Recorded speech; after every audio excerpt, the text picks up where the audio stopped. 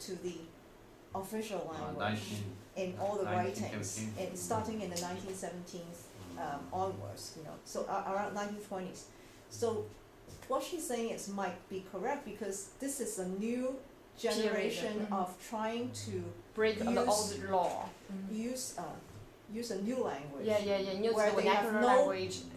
nothing to reference on, and they So don't they want just- to reference on classical Chinese poetry.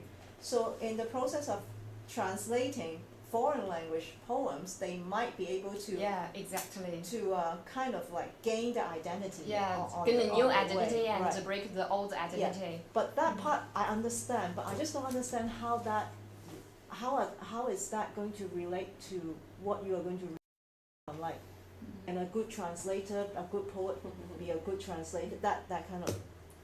Be a translator. How would identity influence, like, for example, poets can only do a good job in translation? Oh, I mean that this question is argued for a long time in China in the literary field, because some people think that the translator can do a good job. Some people think that the poets can do a good job. Yeah, but what has that to do with identity? Identity, because the poet has identity with the poems and with the poetry. And the translator just do some labor work. This is what they think, but I think it's reasonable. Then you should maybe put it. The poets are representative of the Chinese poetry identity. Is that your assumption, right? Then do you get what I mean? You're assuming that poets represent the Chinese poetry identity. Their works. As opposed to just translators who doesn't know this poetry, like Chinese poetry, and they don't know about this identity, what the Chinese poetry should be. I think her identity problem is not from Chinese poet identity. She just mentioned when the poets translate the English poem, the poet struggle with his identity with the English poet's identity. But your question. The self-poet identity and the Chinese poem identity. Right, but you answered it's. But she answered it's Chinese poem. So I think it's a self-identity. So I think she just clarify who is the translator and who is the poet. I think she needs that kind of distinction. Can I support an idea for you? That's I think both in Chinese and in Vietnamese also. Actually the Chinese poem, in my opinion, Chinese poem identity is rhythm. It's always the same in the Vietnamese poem. So in Chinese characters. Both in character and the sound. I cannot read some kind of poem because, but the rhythm in the poem of Chinese and Vietnamese. For example, the last words of the first sentence and the last words of the second sentence is the same sound. Yes. Mr. Nam, can you help me to read some poem of Lý Bái? Lý Bái. Chiều hồi nhật nhật điển xuân y. Cái gì anh Nam nhỉ? I forgot. Tức là cái câu trước đấy với cái câu sau. The first sentence and the second sentence is linked together by the last sound. Parallelism. Exactly. And what do you think about this? And whenever you make the translation, what do you do with it? With the rhythm? For example, if you translate one poem from Chinese to English, do you keep the same? No, way? of course not. We cannot do that job. It's too difficult. Chinese grammar and English grammar has different patterns, and Chinese character is very different from English letters. So when Chinese classical poetry translated into English, It is totally different. Yeah. You only keep the content. And Yeah. it Do not care about the written. I have yeah, another because questions it, about because identity. it is obvious. Okay. Sorry. Yeah.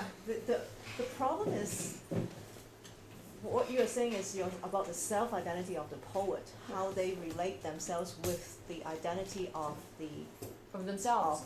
no, how they relate how they relate themselves with the English poets, right? You're talking about the changes of that. Yeah. First they. But but what I'm saying is there's also an overall trend at that time in the 1920s when the country was changing, the country changed to a republic in the 1912.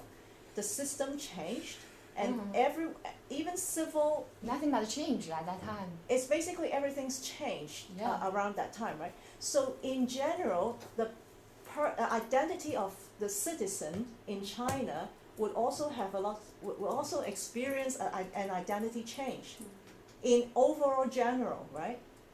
I don't think so. There are some 遗老遗少 still keep their identity with Qing dynasty. Yeah, but see, 遗老遗少 is also a way to how they identify themselves, right? Yeah. They identify themselves with something old system, which is considered old, right?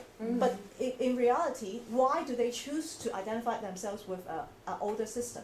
That's another issue, right? Yeah. So everyone has experienced that kind of identity change. You can't say that no, but how would that also influence this kind of trend?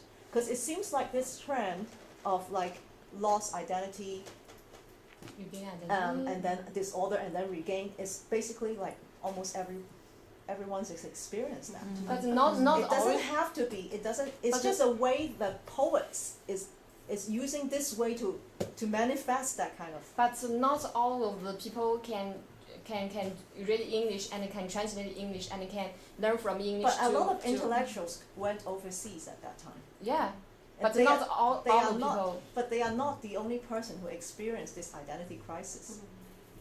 That's what I'm trying to say. I mean, how would that incorporate into the?